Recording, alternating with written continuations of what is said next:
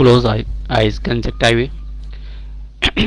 Close eyes conjunctiva sequence cell carcinoma.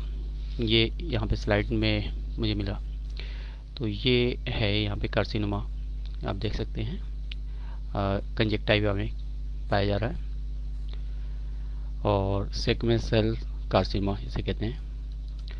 अभी तो lymphoma का हमारा सब्जेक्ट चल रहा है, इसी बीच में ये स्लाइड्स मिल गई और जिसे हमने आपको दिखाया। Introductions are group of cancer which are originate from lymphatic systems. It was named after Thomas Hopkins, who first described it in 1832. Dorothy Reed and Carol Sternberg first described the malignant cells of Hodgkin lymphoma called a red Sternberg cell. Hodgkin lymphoma was the first cancer which could be successfully treated radiation therapy and also combination of chemotherapy. तो हमारे तो जो medicine है ये system of medicine है, हमारा पूरा treatment lymph and blood को प्योरीफाई करना है, लिम्फ एंड ब्लड का ट्रीटमेंट करना है, जिससे लिम्फ एंड ब्लड अगर प्योरीफाई होते हैं तो सेल्स ऑटोमेटिकली खुद सेल्फ क्यूरेबल होंगे और एक्टिव होंगे, और इस कंडीशन में कोई भी इनक्योरेबल डिजीज़ भी है वो क्योर हो सकती है, होती भी है।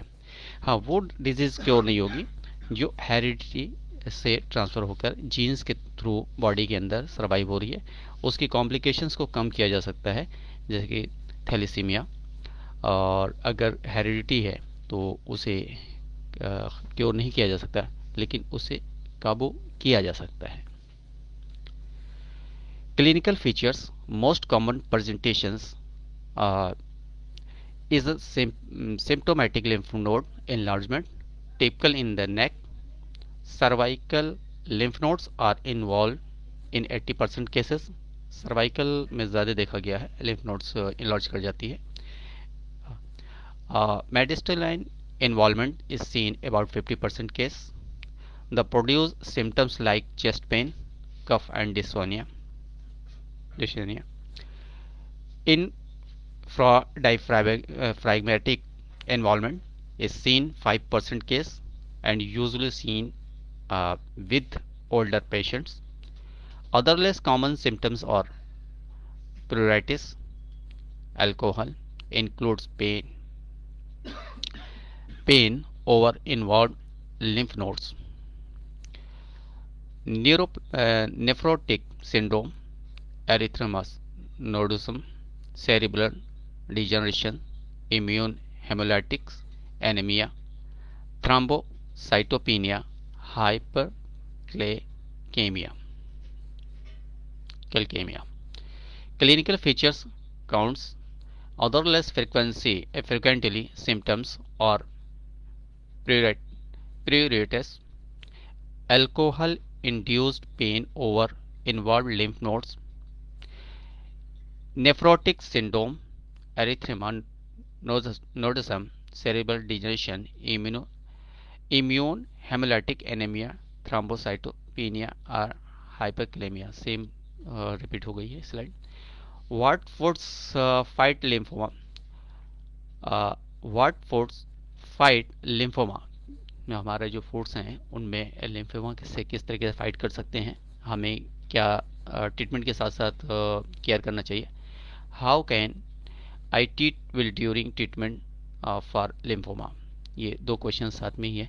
Plenty of fruit and vegetables, enough carbohydrate, starch foods, some meat, fish, eggs and pulses, some milk and other dairy foods are dairy alternatives. Small amounts of food high in fat and sugars. इसे थोड़ा लेना चाहिए, जो ख़ास करके sugar से pen हमने देखा प्रैक्टिकली हमारे पेशेंट्स में, जब वो शुगर या किसी स्वीट्स चीज़ का यूज़ करते थे पेन इनलॉज कर जाते थे, ख़ास करके ओरल कैविटीज़ के अंदर जब वो कैंसर पाया जाता है। तो शुगर वाली चीज़ों से थोड़ा अवॉइड करना चाहिए। Does lymphoma need sorry does lymphoma feed on sugar, cutting down the sugar? Diffuse large B cells lymphoma or DLBCL जिसे कहते हैं, for short, is the most common form of non-Hodgkin lymphoma and can advance very quickly like other cancer cells. DLBCL thrive on sugar in the body, driving on it as source of energy. It used divide in an uncontrolled and almost unlimited manner. ये sugar की वजह से हो जाता है, इसलिए pen भी rise कर जाती है और कैंसर ग्रो होने के चांसेस बढ़ जाते हैं क्योंकि उसे सेल्स को एनर्जी प्रोड्यूस हो जाती है। Can you beat lymphoma cancer? The 1-year survival rate for all patients diagnosed with Hodgkin's lymphoma is about 92%. The 5-year survival rate is about 86% for people. The 5-year survival rate is about 86%. 5 साल चलते हैं जो 86% लोग हैं, और Hodgkin lymphoma में is about 92% लोग survive करते हैं, जिसका परसेंटेज यहाँ पे दिया गया है। For people with the stage 4 Hodgkin's lymphoma the survival rate is lower, बहुत कम है, but even in stage 4 you can beat the disease. और डिजीज से फाइट करने के ऊपर डिपेंड करता है कि कितना इंसान सेफ कितना वक्त रहता है। तो यहाँ पर हम जब 4 स्टेज पर जब हम पेशेंट्स को लेते हैं तो बहुत ज़्यादा उम्मीद नहीं रखनी चाहिए। फर्स्ट सेकंड में first like abscess and second 50% yes and 50% no, and last third after third conditions maybe remedy for not cure नहीं कर सकते, रेमेडी कर सकते हैं, उसे कंट्रोल में ले सकते हैं, उसके पेन वगैरह में रिलीफ दे सकते हैं। थोड़ा इसके वजह से मैनेज हो सकता है time. Okay, is lymphoma a blood cancer? Lymphoma is a question है, is lymphoma a blood cancer? Lymphoma is a type of blood cancer that develops when white blood cells, ये ब्लड ही cancer है पर ये white blood sales के अंदर पाया जाता है। White blood cells called lymphocytes grow out of control. Lymphocytes इसमें आउट ऑफ कंट्रोल ग्रो करने लगते हैं। Lymphocytes are part of your immune system, और यहाँ सबसे पहले इम्यून सिस्टम डिस्टर्ब हो जाता है। तो जब हमारा WBC S1 अगर WBC के अंदर कोई प्रॉब्लम आती है तो S1 देने से पूरा जो है CBC ESR कंट्रोल में आ जाता है और रिकवर कर जाता है। तो यहाँ पर हम S1 जब बिफोर मील्स देते हैं तो यहाँ पर जो इम्यून सिस्टम है वो स्ट्रांग होता है। इम्यून सिस्टम जितना स्ट्रांग होगा उतनी ज़्यादा उसी के हिसाब से उसी के मुताबिक हमारी बॉडी प्रोटेक्ट कर पाती है डिजीज़ से। तो यहाँ पे हमारा मेन फोकस होता है S1 को बिफोर मील्स, और अगर उसका रिस्पांस कुछ नहीं मिल रहा है, इम्यूनिटी इंक्रीज नहीं कर पा रही है, तो S1 को हम बूस्टर डोज दे सकते हैं, जैसे कि सिंगल D5 में दे रहे हैं तो D4 की तरफ जा सकते हैं। लेकिन बेहतर है कि D5 को और ज़्यादा, जैसे 5 ड्रॉप्स ईच 5 ड्रॉप्स दे रहे हैं तो 5 ड्रॉप्स के बजाय 10 ड्रॉप्स या 20 ड्रॉप्स कर दें, क्योंकि मैटी साहब ने भी कई जगह पे S1 को मैसिव डोज में दिया है। अगर कोई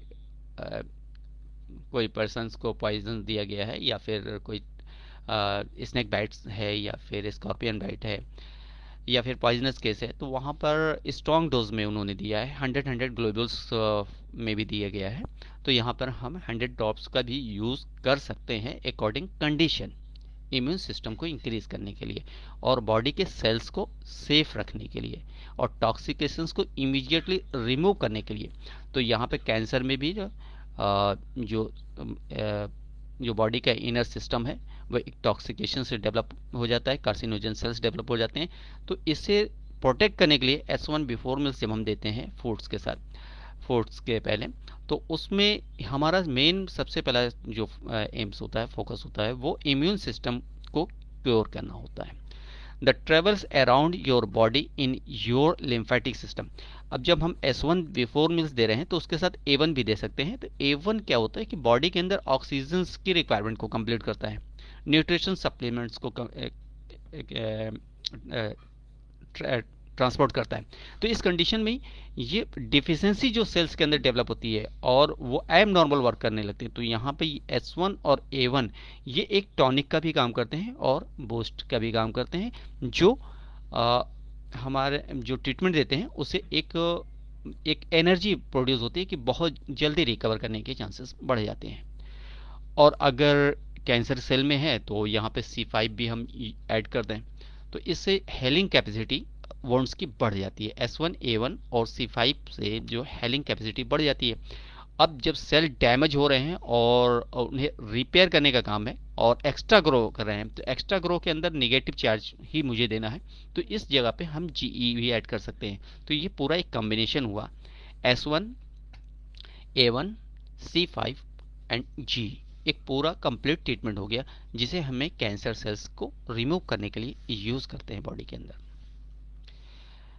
Lymphocytes, parts of our immune system that travels around your body in your lymphatic system, helping your fight infection। अब यहाँ पे ये चीज़ तो ही, तो अब लिम्फ नोड इनलार्ज कर रहे हैं तो उसके लिए लिम्फ नोड की जो मेडिसिन है वो L1 है, उसके साथ ऐड कर सकते हैं, वरना फिर कई जगह पे बुक्स के अंदर आया है कि मीट में दिया जा सकता है विद इन फूड। जैसे कि फूड ले रहे हो उस बीच में थोड़े से वाटर के अंदर डिज़ोल्व कर लें, और डिज़ोल्व तो ग्लोबल्स को किया जाता था, ग्लोबल्स फॉर्म के लिए कहा गया है डिज़ोल्व करने के लिए। ये ड्रॉप्स आप मिला दें और मिला करके उसे बीच बीच में फूड्स के साथ लें। तो ये प्रोसेस है EH में प्रैक्टिस ऑफ मेडिसिन के अंदर दिया गया है कि बीच में लेना बेहतर रहता है। और हेल्पिंग योर फाइट इन्फेक्शन, तो यहाँ पर जब हम ये ट्रीटमेंट दे रहे होते हैं S1 और A1, C5 और L1, G, तो ये कंप्लीट हम सेल्स एक तो हेल्प कर रहे होते हैं, फाइट इन्फेक्शंस के लिए फाइट करते हैं और रिकवर करते हैं, क्योर करते हैं सेल्स के जो एबनॉर्मलिटीज़ को, और उसके इंटरनल जो न्यूट्रिएंट सप्लीमेंट्स की कमी हुई है या ऑक्सीजन की डिफिशियंसी हुई है या इम्यून सिस्टम जो है लॉस हुआ है, तो यहाँ पे ये सारी चीज़ें होती हैं और हमारा सेल हेल्दी हो जाता है। तो यहाँ पर जो फर्स्ट पोजीशन पे आया lymph and blood, purification of lymph and blood, तो L1, S1 और A1 ये तीनों दोनों सेक्शन पे मिलकर काम करते हैं, इसलिए पूरा बॉडी का इम्यून सिस्टम मेंटेन कर जाता है। ठीक है। Why is the lymphoma considered a blood cancer? She provide us with top 5 facts you should know about lymphoma and what makes this blood. ठीक है। Cancer different from the rest. Lymphomas are blood cancer that develops in the lymphatic system. Lymphatic system, which is a part of the body immune system. क्या कहते हैं? Lymphoma और blood cancer that develop in the lymphatic system, और ये जो blood cancer है lymphatic system में develop होता है, which is the part of the body और इम्यून सिस्टम को इफेक्ट करता है। व्हाट इज द, जी हाँ बोलिए सर। ये बोन मैरो का नहीं होता, बोन के अंदर जो बोन मैरो होता है उसमें नहीं होता ये ब्लड कैंसर, तो उसे ही बोला जाता है? नहीं, वो दूसरी चीज़ है, वो कैंसर बहुत सही का, ये लिम्फ नोड पे है डिपेंड, ये लिम्फ नोड से हो रहा है। ओके ओके, ये लिम्फ नोड का चल रहा है, और बोन मैरो का जो है अलग है, उसका डिस्क्रिप्शन आएगा आगे। तो ब्लड कैंसर ही बोलते हैं सर। वो रेड ब्लड सेल्स में आता है, और ये वाइट ब्लड सेल्स का है। इसको भी ब्लड कैंसर बोलते हैं? ये भी blood cancer, white blood cancer आएगा ये। आपने यहाँ देखा ना, तो ल्यूकेमिया नहीं बोलेंगे? ल्यूकेमिया जो रेड बोन मैरोस होता है उसे ल्यूकेमिया कहते हैं, इसे लिम्फोमा कहते हैं। ल्यूकेमिया जो बोन मैरो से डेवलप होता है वो ल्यूकेमिया कहलाता है। और यहाँ पे लिम्फोमा कहा जा रहा है, ये लिम्फ नोड से और लिम्फेटिक सिस्टम से डेवलप हो रहा है। भाई साहब इसमें डब्ल्यूबीसी काउंट ज्यादा होगा ना? हाँ, इसमें WBC काउंट बढ़ जाएगा। हाँ जी, WBC बढ़ जाएगा, रेड सेल्स खत्म हो जाएंगे, हम्म, कम हो जाएंगे। जी हाँ। ओके भाई, कभी भी डाउट हो क्लियर कर लें। और लिम्फोमा पे भी हम क्लास लेके आएंगे, लेकिन ये कि इतना बड़ा सब्जेक्ट हो जाता है कि वक्त लग जाता है इस तक पहुंचते पहुंचते, अभी यही नहीं खत्म हो पा रहा। What is the main cause of blood cancer, अब यहाँ पे आ रहे हैं। Blood cancer is the 3 types of leukaemia. देखिए यहाँ पे आ गया leukaemia. This types of cancer is the caused by the rapid productions of abnormal blood cells in the bone marrow. आगे आपके क्वेश्चंस का आंसर यहाँ पे आ गया। Yes exactly. इसीलिए हमने वो पैरेलल बनाने के लिए जो है यहाँ साथ में ही रख दिया था। These abnormal blood cells affect the bone marrow's ability of the productions of red blood cells and platelets. Mean में प्लेटलेट्स और रेड ब्लड सेल्स अफेक्टेड होते हैं। ठीक है, अब उसके लिए जो ट्रीटमेंट है क्या है, यही S1 होगा, C5 की जगह C4 हो जाएगा, बस इतना चेंज करना है। C5 के रिलेटेड टू बोन। जी हाँ, बोन से, तो C4 का जो है बोन मैरो पे इफेक्ट है, तो इसलिए C4 हो जाएगा, बस इतना सिंपल सा चेंज करना है। और अकॉर्डिंग पेन हम G या WE कन्वर्ट कर सकते हैं। और एनेमिक कंडीशन हो या ब्लड प्यूरिफिकेशन हो तो WE बेहतर काम करती है, और टॉक्सिकेशन लेवल पे G बेहतर काम करती है। तो अब पेन पे डिपेंड करता है किस टाइप के पेन्स अगर डेवलप हो रहे हैं। तो दूसरा एक पार्ट बनेगा इसके साथ, अगर हम S1 C4 A1 L1 और अगर यहाँ पर हम G दे रहे हैं तो एक दूसरा पार्ट बनेगा। G तो वैसे देना चाहिए S5 C5 के साथ, क्योंकि ये जो है एक सेल्स कलेक्शंस और सेल्स प्रोडक्शंस के लिए और रिपेयर करने के लिए जो टॉक्सिक लेवल पे है, जो डैमेज पूरी तरह से ख़त्म हो गए, उन्हें रिपेयर करने के लिए, तो G भी उसी रेंज में आती है। तो S5 C5 और प्लस A3 और प्लस G एक साथ कर दें, और जब C4 वाला जो है S1 A1 C4 और इसके साथ जो है WE को ऐड कर दें। अच्छा, अगर अब F1 को लेना ज़रूरी है, क्योंकि F1 नहीं लेंगे तो नर्वस सिस्टम यहाँ पे कोई काम नहीं कर पा रहा है, क्योंकि नर्वस सिस्टम हाइपर है, सेल्स को डेवलप करने में लगा हुआ है और उसको कंट्रोल नहीं कर पा रहा। तो यहाँ पे मुझे F1 या तो हम S5 के साथ ऐड कर दें या तो हम S1 के साथ ऐड कर दें। तो ये एक पूरा सिस्टमेटिक ट्रीटमेंट हो जाएगा सेल्स का। इसका नर्वस सिस्टम हो जाएगा, एक्सक्रीटरी सिस्टम भी हो जाएगा, सर्कुलेटरी सिस्टम भी हो जाएगा और रिप्रोडक्टिव सिस्टम भी हो जाएगा। ये सारे सिस्टम इन्वॉल्व हैं। हमें ट्रीटमेंट के ड्यूरेशन में सिस्टम को केयर करना है कि हम एक सेल्स का सिस्टम किस तरीके से फॉलो कर रहे हैं और मल्टीपल आर्गन का सिस्टम कैसे फॉलो कर रहे हैं। जो बॉडी, हमारी पूरी बॉडी का जो सिस्टम है, एक्सक्रीटरी सिस्टम है, सर्कुलेटरी सिस्टम है, रिप्रोडक्टिव सिस्टम है, नर्वस सिस्टम है, डाइजेस्टिव सिस्टम, ये 5 जो सिस्टम्स है ये हमारे एक एक सेल्स का भी सिस्टम है। और इन सेल्स के जब कोई ऑर्गन डैमेज होता है या कोई पार्ट्स डैमेज होता है, तब हम इस सारे सिस्टम की जेनेटिक मेडिसिन जो जनरेट कर सके, एनर्जी प्रोड्यूस करा सके, इनके फंक्शन को मेंटेन कर सके। हमारा पूरा जो है ट्रीटमेंट एनर्जी प्रोड्यूस कराना है और फंक्शन को मेंटेन करना है। और फंक्शनेबल मेडिसिन जैसे कि यहाँ पे हमने आपको एक्सप्लेन किया। अब यहाँ पे जो है एक्सक्रीट जो कर रही है, ट्रांसपोर्टेशन जो कर रही है, ट्रांसपोर्ट जो कर रही है ऑक्सीजन और एसेंशियल एलिमेंट्स और न्यूट्रिएंट्स की, वो A1 कर रहे हैं।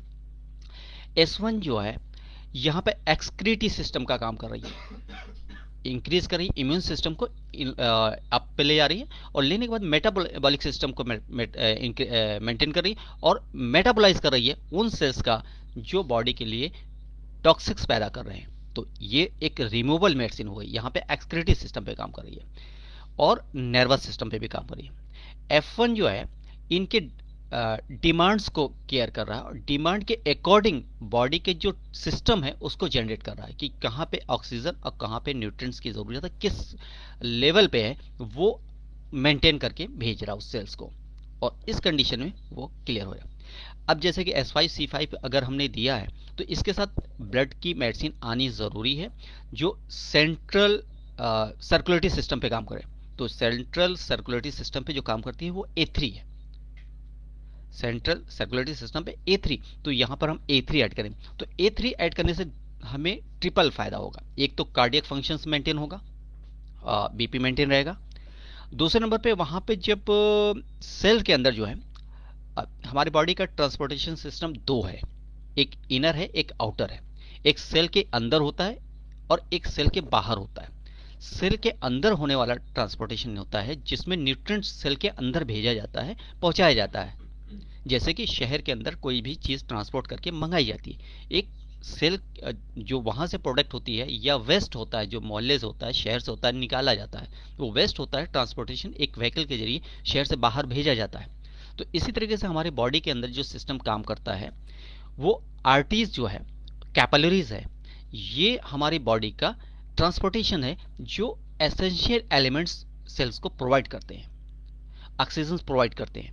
लेकिन वेन्स हमारा ट्रांसपोर्टेशन है जो वेस्ट को बॉडी से बाहर निकालता है।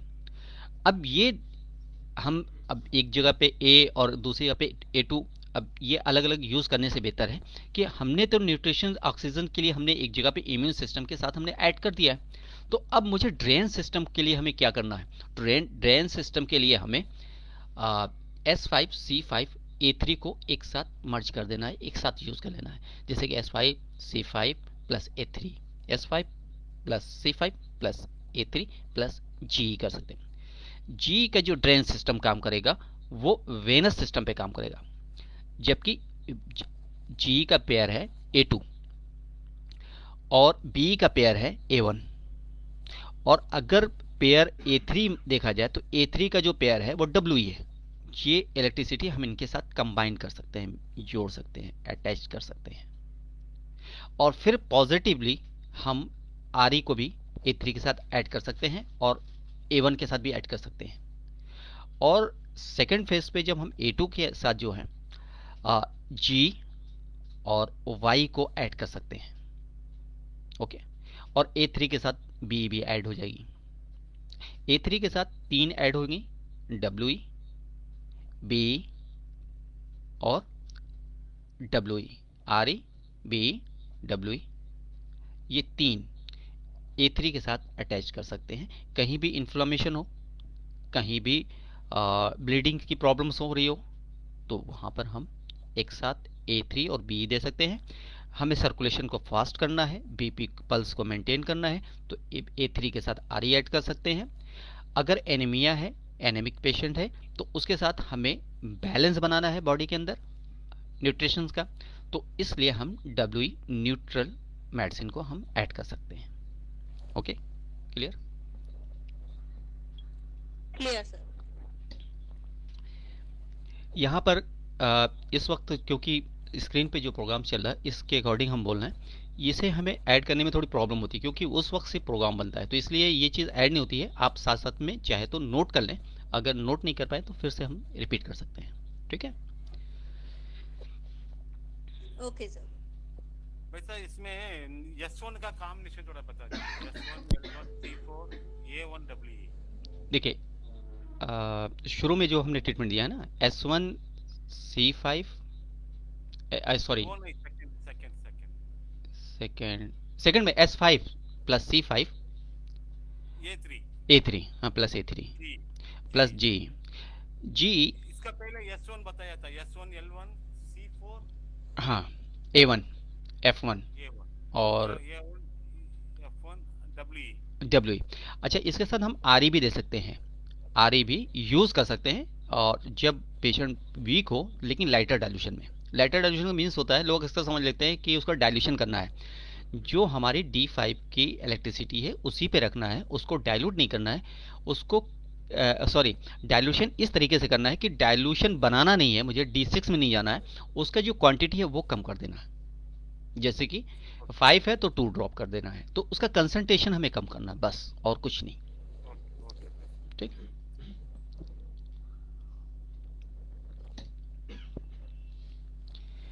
What are 7 warning sign of cancer.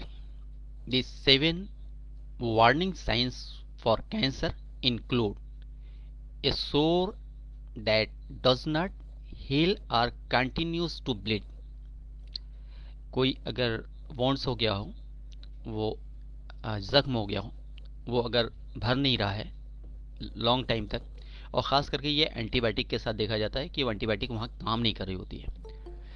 और जब हम ईएस सिस्टम ऑफ मेडिसिन को देते हैं और इस सोर्स को हमें क्योर करने के लिए, वही अभी हमने जो सेकंड पोजीशन पे हमने बताया treatment, S5 plus C5 plus A3 और प्लस G। अब अगर मुझे सिर्फ जख्म को ही ट्रीटमेंट करना है, सिर्फ ट्रीट करना है, तो यहाँ पर मुझे क्या करना पड़ेगा, इसके साथ L1 ऐड कर देना होगा, सिर्फ L1 ऐड करना होगा। और इम्यून सिस्टम को इंक्रीज करने के लिए सिर्फ S1 और WA1 दे सकते हैं। ठीक है। कंटिन्यूस ब्लीड, अब ब्लीडिंग देखना है ब्लैक से है या रेड है, स्पार्कल रेड है या डार्क ब्लैक कलर में है। तो इस कंडीशन में हमें अगर डार्क है, स्पार्कल है और ब्लैकिश है, तो इस कंडीशन में हम GE का यूज करेंगे और A2 का यूज करेंगे। अगर यही डार्क है तो ब्लीडिंग को बंद करने के लिए हम A1 लाइटर डाइल्यूशन में, लाइटर डोज में देंगे और BE यूज करेंगे। और a lump or thickening on the skin or in the a thickening or lump anywhere in the body, unusually bleeding or discharge, जैसे कि यूट्राइन डिस्चार्ज होता है, नेजल सेक्रेशंस होता है, कंटिन्यू हो रहा है बहुत से जगह पे, जैसे कि टंग्स के अंदर से कोई सलाइवेशन बार बार हो रहा है और एक छोटा सा सोर्स दिख रहा है, तो ये चीज़ हो सकती है कैंसर में। ठीक है। और लम्प्स, थिकनिंग ऑन स्किन पर कुछ अलग सा और इस पैचेस देखना या फिर कुछ बर्निंग सा होना या कोई रिंग टाइप का बन जाना, और इन द थिकनिंग और lump anywhere in the body के किसी हिस्से में, अनयूजुअली ब्लीडिंग और discharge from any body opening, कहीं पे भी खुलने पे, ए परसिस्टेंट। अच्छा, कभी कभी देखा गया है, एक 20 साल पहले 25 साल पहले मुझे एक डॉक्टर मिले थे, MBBS थे, उनकी चैन स्मोकिंग चलती थी और उन्हें अक्सर सेविंग करने में ब्लीडिंग हो जाया करती थी। तो उन्होंने मुझसे कहा, उस वक्त हम MD करके निकले हुए थे, तो उन्होंने मुझसे बात की और कहा कि इस टाइप से हमें ब्लीडिंग होती है, समझ नहीं आता है, मुझे कंट्रोल नहीं हो पा रही है और बार बार सेविंग करने में होती है। तो हमने कहा जो हमारी मेडिसिन है हम आपको दे रहे हैं, आप इसको यूज़ करें। तो उनके साथ कुछ इलेक्ट्रो की स्टूडेंट्स लेडीज़ थी जो उनके हॉस्पिटल में प्रैक्टिस किया करती, उन्होंने मेरे बारे में बताया था, तो वो बुला करके उस चीज़ को पूछा और कहा, तो वो लड़कियां उनको बताया, इन्फॉर्म किया था कि ये कैंसर में बहुत अच्छा काम करते हैं। तो जैसे ही उन्होंने मुझे बुलाया, ये कहा कि देखिए डॉक्टर साहब, आप कुछ भी डायग्नोस करके कैंसर मत कहिएगा इस चीज़ को। तो हमने कहा नहीं, जो भी होगा इसमें आपकी ब्लीडिंग कंट्रोल हो जाएगी, लेकिन आपको कंटिन्यू रखना पड़ेगा मेडिसिन। उस वक्त हमने उनको S5 C5 और A1 BE दिया था और ब्लीडिंग कंट्रोल हो गई थी, लेकिन वो 1 वीक मेडिसिन लेने के बाद 2 मंथ तक उनको ब्लीडिंग नहीं हुई। उसके बाद वो उन्होंने उसे केयर नहीं किया और मुझसे साफ कह दिया था कैंसर मत कहिएगा भाई, कैंसर मुझे नहीं हो सकता। खैर, हम उस वक्त वहाँ से हम सूरत चले आए और 6 महीने के बाद पता चला कि उन्हें कुछ मैंडिबुलर जॉ के अंदर कुछ प्रॉब्लम क्रिएट हुई। तो उन्होंने एक्सरे कराया तो उसमें स्पॉट आया। स्पॉट के बाद उस जो मेडिकल कॉलेज था वहाँ पर उन लोगों ने ऑपरेट कर दिया। बाद में जब मेरा जाना हुआ तो बहुत बुरी कंडीशन में वो थे और कह रहे थे जिस चीज़ को हम ना कह रहे थे वही चीज़ हमारे साथ हुई। तो हमने यही कहा कि अगर उस चीज़ को कंटिन्यू रखते तो ठीक हो जाता। कहा कि मेरी बहुत बड़ी लापरवाही थी। 1 मिनट कॉल आ रही है, जैसा एक बार आई, ठीक। तो वहाँ पे उन्होंने एहसास किया और उनका खुद का नर्सिंग होम था, अच्छे प्रैक्टिशनर्स थे और ठीक वो 3 महीने तक जिंदा रहे, उसके बाद एक्सपायर कर गए।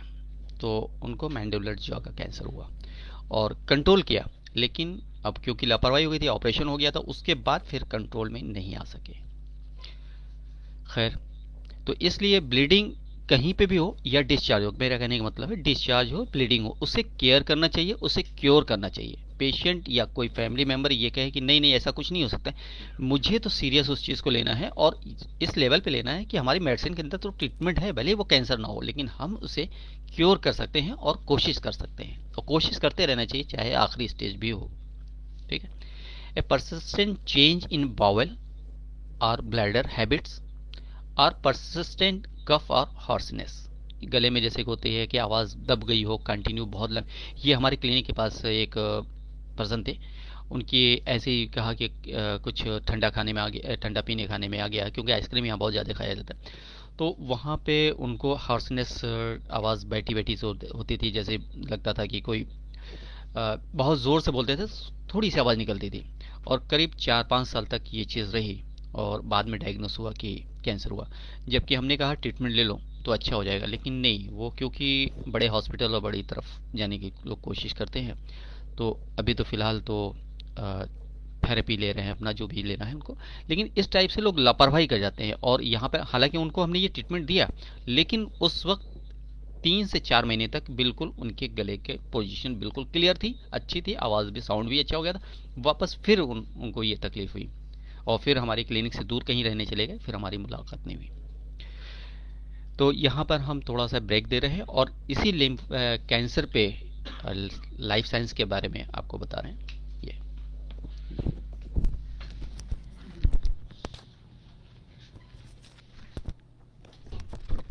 Hello, good evening all of you. I am from Life Science, and I apologize to you that you had faced certain disturbance in sound during the starting time of the lecture. That is due to me. That mistake will not be repeated in future.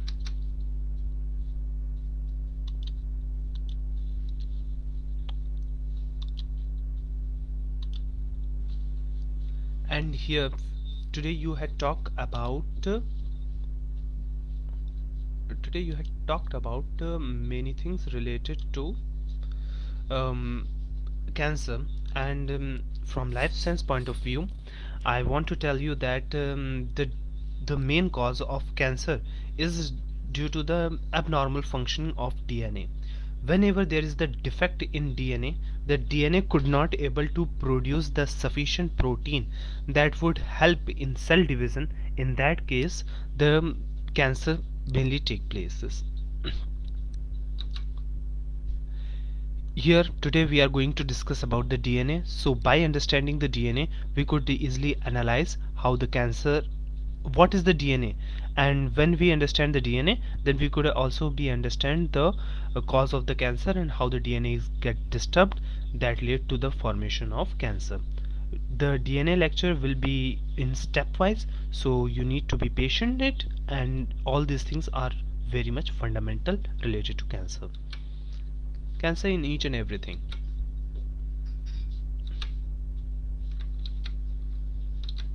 These are the key scientists who are involved in the related study of DNA.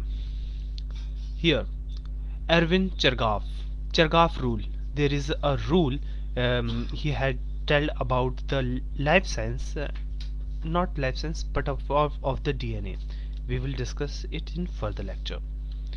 Here there is the Rosalind Franklin, James Watson, Francis Crick, and Wilkins formula, James Watson formula, Franklin formula.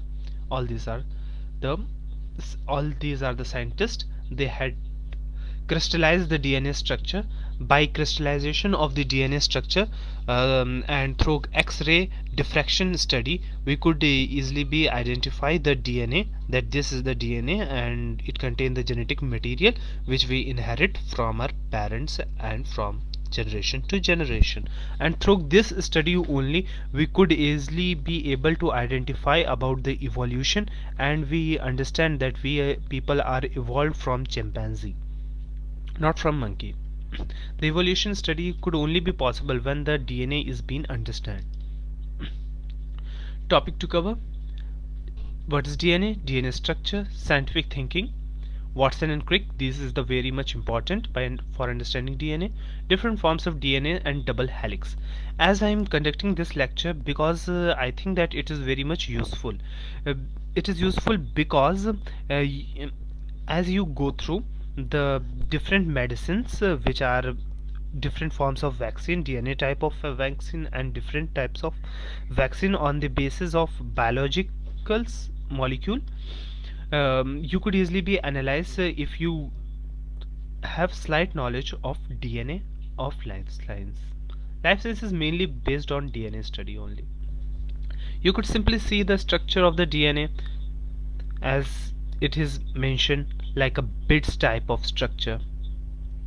There is the hydrogen bond of blue color, and the nitrogen bonds are in the pink color, and red hydrogen bond. Okay. DNA, deoxyribonucleic acid. It is a deoxyribonucleic acid. Why it is been called such? Deoxy. Deoxy means there is the removal of the element that led to the deoxyribonucleic acid. D means removal of one hydrogen. We will discuss that in further when we discuss about its structure. DNA is a double strand molecule that is twisted into a helix. If we take a two thread, suppose we take two thread, one this thread and another this thread, and if we twist this thread, then the DNA type of structure could easily be formed. And DNA contains all the information that lead to the hormonal activity, enzyme activity, and through this DNA information we could survive and live. Each strand consists of a sugar phosphate bond. You could simply see that here as sugar and phosphate bonds. The bonds are typically connect with each another inside the DNA. You could simply see adenine get combined with the thymine with 2 bonds, and guanine combined with the cytosine with 3 bonds. Guanine combined with the cytosine with 3 bonds, adenine combined with the thymine with 2 bonds. देखिए adenine, you could see here adenine, thymine, guanine, cytosine. In case of any of the situation, when there is the adenine, the opposite end will be of thymine, and when there is the cytosine, the opposite will be of guanine. It is a perfect rule for studying each and every DNA of the whole world or of the whole universe, because it is also been assumed that the insects and microorganisms of the Mars also having the DNA. So the DNA formula is common for this is typically the same for the whole of the universe as per the scientific study till now. Adenine combined with thymine and guanine combined with the cytosine. Either it will be the DNA of human or DNA of cow, DNA of plant, money plant, watermelon, each and everything. If it is a living organism, it contain the DNA, and DNA mainly occur in this way only.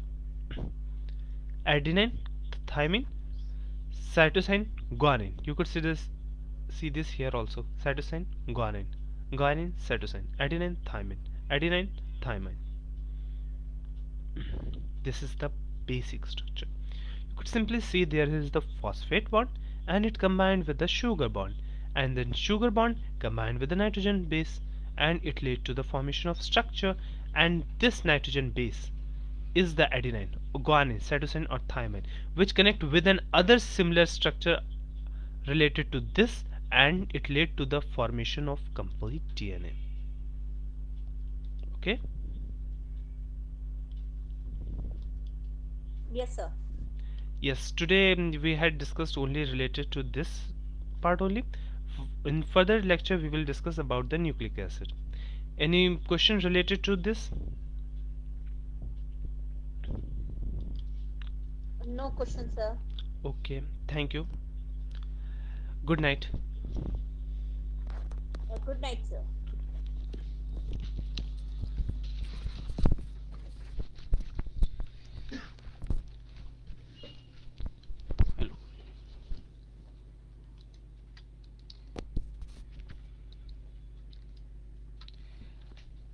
तो यहाँ पे आपने देखा कि किस तरीके से DNA हमारे बॉडी के अंदर कॉज डेवलप करता है डिजीज़ का, और हमारे जो स्टैंडर्ड्स हैं, हमारे जो फंक्शंस हैं उसे मेंटेन कर पाता है, और हेरिडिटी को भी मेंटेन करता है। तो यहाँ पर जब हम ट्रीटमेंट दे रहे होते हैं 1:9 और 1:147, तो इन्हीं जो बॉन्ड्स हैं, बॉन्ड्स के अकॉर्डिंग हमारी जो बॉडी की फिजियोलॉजिकल जो जैसे कि भी शुगर है, हाइड्रोजन्स हैं, ये मैनेज होते हैं, और ये हमारी मेडिसिन उन्हीं बैलेंस को जाकर के सेल्स के अंदर डीएनए को ही एक तरह से कह लें उसे मेंटेन करने का काम करते हैं। और ये 100% श्योर नहीं कर सकते, लेकिन क्योंकि अगर किसी को क्योर करना है, जड़ से जिसका इलाज करना है, जड़ रूट जो होती है, और रूट जो है वो डीएनए है, न्यूक्लियस है, और न्यूक्लियस और न्यूक्लिक एसिड ये बेस होते हैं। Nucleic acid for chemical balance.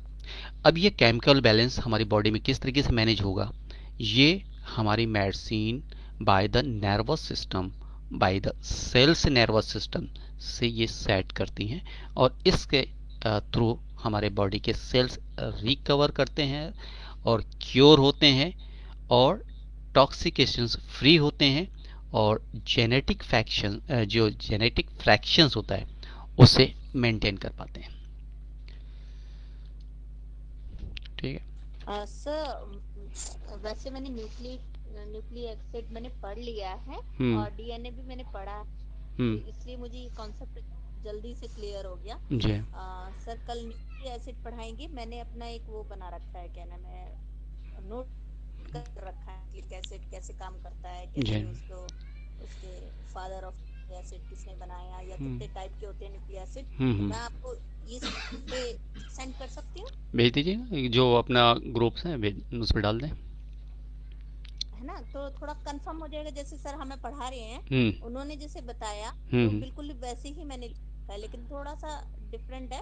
वो सिस्टमैटिक ढंग से समझा रहे हैं ना सर, तो हमें और अच्छी तरह क्लियर हो जाए। मैंने न्यूक्लिक एसिड पढ़ लिया, इसलिए मैं पिक्चर के थ्रू उसको दे दूंगी तो लोग समझ जाएंगे। ठीक है, देखिए आप सभी लोग इस ग्रुप में एजुकेशन से रिलेटेड नॉलेज जो भी है आप शेयर कर सकते हैं हमारे सारे ग्रुप्स के अंदर, कोई इसमें बाउंड नहीं है। सिर्फ जैसे कि कमेंट्स अदर्स होते हैं और एडवर्टाइज बहुत ज़्यादा लोग डाल रहे हैं, अभी तो एडवर्टाइज वालों को बैन कर दिया हमने, बिल्कुल वहाँ से हटा दिया। लेकिन मटेरियल जो आपके पास हैं एजुकेशन से रिलेटेड आप सब डालें, रोज़ डालें, उसके लिए कोई बाउंडेशन नहीं है, आप श्योर करें।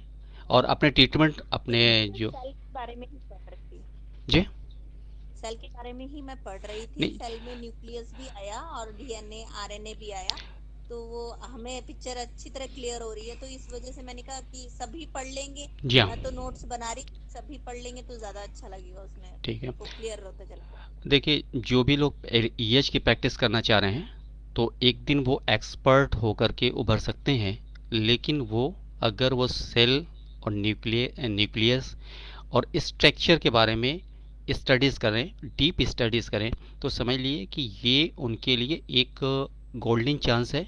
और इस वक्त जो हमारी कोशिश है वो cells internal cellular energy, nucleus functions, atomic reactions body के अंदर, इस तरीके से हमारी स्टडीज़ कराने का इरादा है। तो आप अगर इस तरीके से स्टडीज़ करेंगे तो मेडिसिन देखिए S1 देते हैं, आपने सुना होगा, बिफोर मील्स क्या काम करती है, भूख बढ़ाती है, ये टॉक्सिकेशंस रिमूव करती है, एक सिंपल हो गया। लेकिन उसे अच्छी तरीके से समझना और उसे अच्छी तरीके से मैनेज करना बॉडी के अंदर, जितना आप अच्छी तरीके से इसको समझ पाएंगे उतनी अच्छी बिल्कुल कमांड होगा आपके पास, और कॉन्फिडेंस के साथ कहेंगे नहीं ये ऐसा होगा, और नहीं हो रहा तो रीज़न क्या है, या तो मेडिसिन जो हमने यहाँ से परचेज़ की या तो वो गलत है, या तो हमारा डायग्नोसिस का मेथड गलत है। तो दोनों में से कोई एक चीज़ देख करके हम अपनी कमियों को निकाल करके एक स्टैंडर्ड और 100% श्योर प्रैक्टिस कर सकते हैं। ठीक है, yes sir. Can you smell cancer? Peoples और aren't, हाँ सर, पीपल aren't और नॉट, यहाँ पे दिया जाएगा, people are not able to smell cancer but you can smell some symptoms associated. जैसे कि कहते हैं ना कैंसर में स्मेल आती है, बहुत बैड स्मेल होती है। With cancer One example would be an ulcerating tumor. Ulcerating tumors are rare. If you have one, it's quite possible it will have an unplacement order.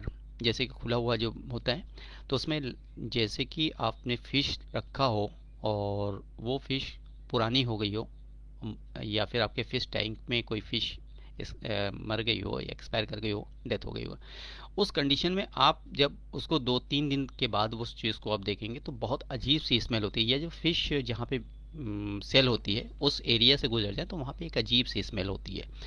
फिर उसके अंदर कभी ऐसा होता है कि जैसे कि कोई जो मीट है वो बर्न हो रहा और फ्राई हो रहा, ये तीनों मिक्स होकर के स्मेल आती है ओपन वुंड्स कैंसर के अंदर। और घर में लोगों का खड़ा होना भी बहुत मुश्किल होता है ऐसे पेशेंट्स के साथ, और बहुत हिम्मत वाले होते हैं जो इनकी सेवा कर पाते हैं।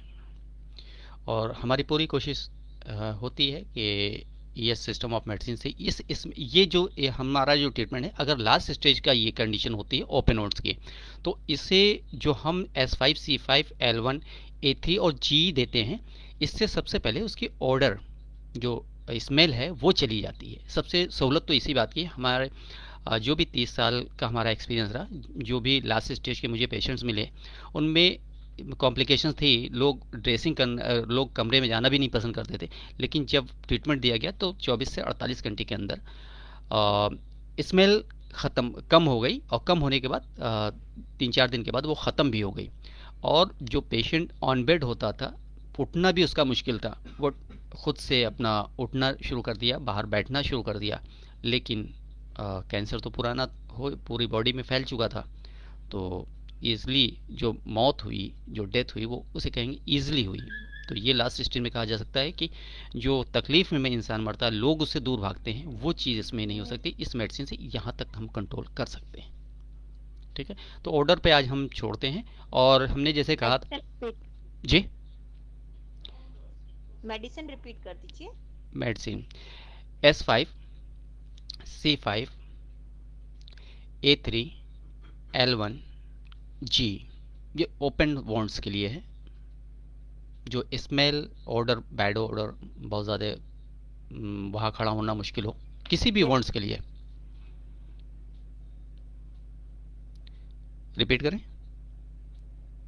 S5। नो सर, लिख लिया सर। ठीक है, तो यहाँ पे ऑर्डर पे हम आज इस क्लास को स्टॉप कर रहे हैं। और एक्चुअली ये जो हमने पिछली बार कहा था संडे को क्लास बंद करेंगे, तो ऐसा कुछ कल कोई प्रोग्राम नहीं है हमारा बंद करने का, कल कंटिन्यू रहेगा। और हमारा था थोड़ा एक संडे को रेस्ट देने का, लेकिन लग रहा था कि कुछ खाली खाली सा, तो कल टाइम है इसलिए दे रहे। कभी ऐसा हुआ हमारे पास टाइम नहीं रहा तो संडे को क्लोज रखेंगे, वरना फिर कंटिन्यू रखेंगे। तो कल क्लास होगा। Okay sir. ये, और अब कोई क्वेश्चंस हैं तो आप पूछ सकते हैं, यहाँ से हम लाइव को स्टॉप। हेलो भाई साहब जी, मेरा एक पेशेंट है, मैं इसको राइट हैंड